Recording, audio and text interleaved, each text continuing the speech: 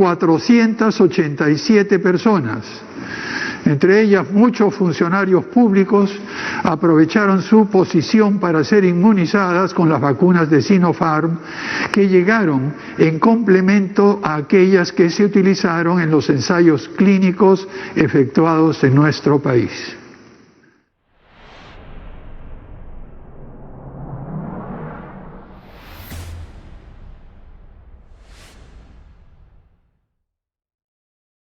Buen día, mi nombre es Rafael Chanján, docente de la Facultad de Derecho de la Universidad Católica y coordinador del proyecto anticorrupción del Instituto de Democracia y Derechos Humanos de la misma Casa de Estudios.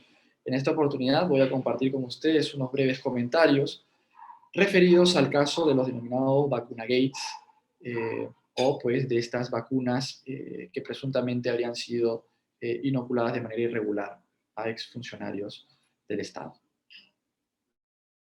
¿De qué delitos se podría acusar a Vizcarra y los demás miembros del gobierno que fueron vacunados en secreto? Bien, sin duda estamos ante un caso complejo que abre varias aristas para realizar una investigación administrativa, de índole ética y probablemente también de índole penal, ¿no?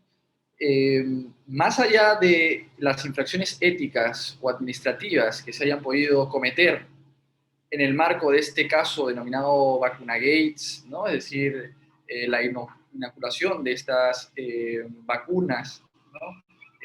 Fuera de los ensayos clínicos regulares que se habían venido realizando tanto por la Universidad Cayetano Heredia como también por la Universidad San Marcos, pues podríamos estar aquí ante hechos que ameriten, por lo menos, iniciar, ¿no?, con los indicios que se tienen hasta ahora, una investigación penal, en este caso contra el expresidente Martín Vizcarra, por algunos delitos tales como la colusión, por ejemplo, la negociación incompatible, el cohecho, y también podría hablarse de un peculado, ¿no?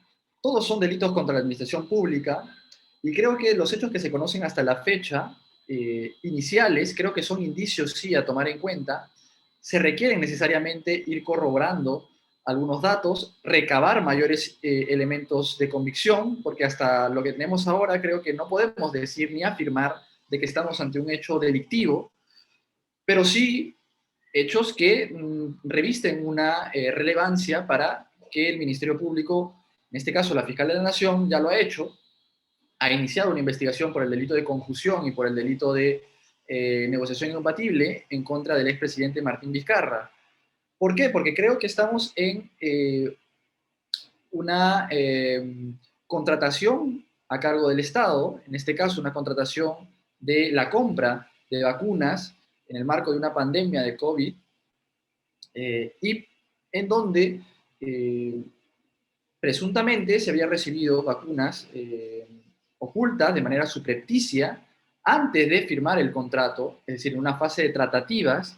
Habrá que investigar allí si es que el momento en el cual se produce esta dádiva, ¿no?, digamos, este beneficio de entrega de vacunas, estamos realmente ya ante un inicio de tratativas, una fase si se quiere, contractual cercana, que ameritaría dilucidar si hubo o no una concertación, un acuerdo ilícito entre la parte contratante con el Estado, entre el privado, en este caso la empresa china Sinopharm, y el Estado peruano, y cuál es el grado de vinculación que tendría Martín Vizcarra y otros exfuncionarios de su gobierno que participaron en la suscripción de este contrato.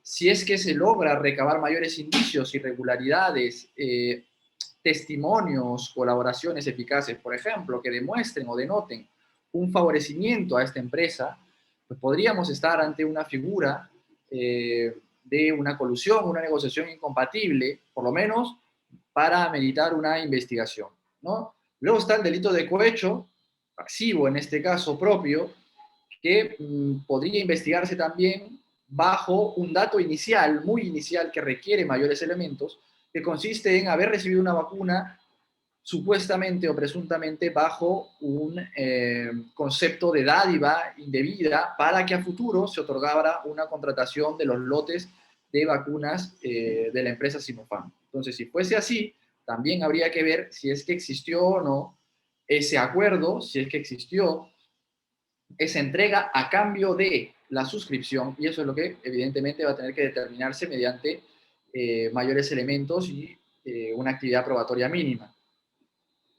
Mencioné también el delito de peculado, en la medida en que podría también entrar a tallar, dados los recientes datos e informaciones que se vienen conociendo de una lista de más de 400 personas que han sido inoculadas por una vacuna de manera no regular o por lo menos de manera paralela a los ensayos clínicos que venía realizando estas universidades con la vacuna, y por lo tanto podríamos estar también ante hechos que ameritan una investigación con mayores elementos que se requieren corroborar respecto de la apropiación o la entrega indebida de bienes públicos. Habría que ver y determinar si estos bienes en qué momento y cuáles fueron las vacunas que fueron de propiedad pública, o en todo caso que fueron administradas o que pertenecían a la administración pública. Y si no fuese así, ver también la posibilidad de un peculado por extensión, en la medida en que podríamos estar ante bienes con fines asistenciales, en este caso con fines de salubridad, con fines de lucha contra una pandemia que afecta a la salud de las personas, que son de titularidad privada, pero que nuestro artículo 392 de nuestro Código Penal extiende la punibilidad del peculado también para estos supuestos de particulares que administren bienes con fines asistenciales. Entonces habría que determinar allí si es que podríamos estar también ante esta figura, ¿no? Por lo menos yo creo que una investigación merita ser iniciada, ya lo hizo la fiscal de la Nación, y habrá que ver luego los grados de responsabilidad y las personas, funcionarios, exfuncionarios y privados también que presuntamente habrían intervenido en ellos, y deslindar pues responsabilidades éticas, por un lado, quizás, administrativas, y o algunos casos seguramente, eventualmente también de naturaleza penal. El hecho de que la contratación, es decir, la compra de vacunas, no se haya consumado durante el gobierno de Vizcarra, ¿afectaría a la imputación de algún tipo delictual? A ver, como dije yo, efectivamente la contratación, se firma el contrato posteriormente. Estamos ante hechos que denotan una presunta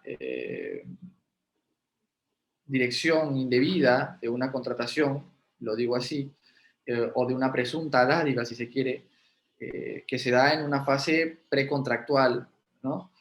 Una fase de ensayos clínicos. En términos estrictos, no se tenía aún la vacuna, ¿no? Los lotes de vacuna fueron entregados mucho después, ¿no? Cuando ya se firma el contrato. Esto no significa de que en el ámbito penal el Ministerio Público no pueda también llevar a cabo una investigación de estos hechos, en la medida en que el artículo 384, el delito de colusión de nuestro Código Penal, y también de manera alternativa el delito de negociación incompatible 399 de nuestro Código Penal, hablan de contratación u operación a cargo del Estado, y esto se entiende en sentido amplio. No necesariamente lo que está regulado en la ley de contrataciones del Estado, que es mucho más estricto en cuanto a las fases, sino que podemos estar ante una fase de tratativas precontractual en la cual ya existe un acuerdo que se materializa posteriormente en beneficios o en direccionamientos en fase ya contractual. Y evidenciar también que estamos ante un contexto de contratación como elemento típico de un delito de colusión o negociación incompatible. Entonces, desde mi punto de vista, teóricamente, de manera doctrinaria, no es un obstáculo, pero habrá que ver, y esto en materia de investigación, cuán cercana fue la intervención del expresidente Vizcarra y de algunos exfuncionarios, cuán cercana fue esta intervención a la fase de contratación realmente, ¿no? Fueron varios pasos previos, ¿no? Hubo una serie de fases de los ensayos clínicos. ¿En qué momento se da esta entrega de vacunas? ¿En qué momento es que, si se quiere, existe una entrega de unas vacunas a cambio de algo indebido? qué momento existe o no esta concertación. Si es una fase muy lejana, muy primaria de ensayos clínicos, me parecería que es difícil hablar de una colusión, ¿no? Eso tiene que ser materia de investigación, definitivamente. Por eso yo lo pongo siempre en condicional. El tema de iniciar investigación, sí, pero sin todavía poder afirmar de manera tajante algún delito, ¿no? Probablemente es más eh, plausible, sí, y más fácil en materia probatoria las infracciones a nivel administrativo y ético, ¿no? De abrirse un proceso contra el candidato al Congreso Martín Vizcarra, este podría sacarlo de la carrera electoral o podría presentar una medida cautelar para mantener su candidatura. Bueno, en principio la pregunta se relaciona con una cuestión política, creo, ¿no? Es decir, si afecta políticamente a Martín Vizcarra, pues probablemente sí. Pero más allá de los comentarios que yo pueda hacer, que en realidad en esta materia yo prefiero no pronunciarme, en materia jurídica uno tiene la presunción de inocencia hasta que no se prevé lo contrario. Por lo tanto, hasta que no tenga una sentencia, una sanción en el Poder Judicial que lo declare culpable de algún delito, pues él, en principio, no tiene ningún impedimento de cara a una eventual sanción penal. Ahora, eso no quita que existan también paralelamente otros procedimientos, ya no a nivel de Poder Judicial ni a nivel penal, sino a nivel político del Congreso, político-administrativo, ético, que pueden desencadenar en un impedimento para que él pueda ejercer el cargo de congresista. Por ejemplo, él habría, presuntamente, ¿no? Digo, cometido algún delito en el marco del ejercicio de su función de alto funcionario como presidente. Por lo tanto, él goza del antejuicio político, eh, que por lo tanto tiene que seguir ante el fiscal de la Nación, que tiene que denunciarlo constitucionalmente si así lo considera ante el Congreso. Pero también existe un procedimiento de juicio político por infracción a la Constitución, que no es una sanción penal ni una sanción que determine la responsabilidad por algún delito del expresidente, sino que es una sanción básicamente política que impone también el Congreso luego de un procedimiento interno dentro del Congreso y que puede tener como consecuencia una inhabilitación de hasta 10 años, una suspensión en el caso también, ¿no? O destitución. En el caso del expresidente Vizcarra, podría darse que el Congreso considere de que ha vulnerado, ha violado algún artículo de la Constitución como expresidente y por lo tanto se podría aplicar alguna sanción a nivel parlamentario de inhabilitación de hasta por 10 años de la función pública, lo cual lo sacaría evidentemente de la posibilidad de ejercer el cargo de congresista si así es elegido en las elecciones que se aproximan este año, ¿no? Entonces, creo que existen esos dos escenarios, ¿no?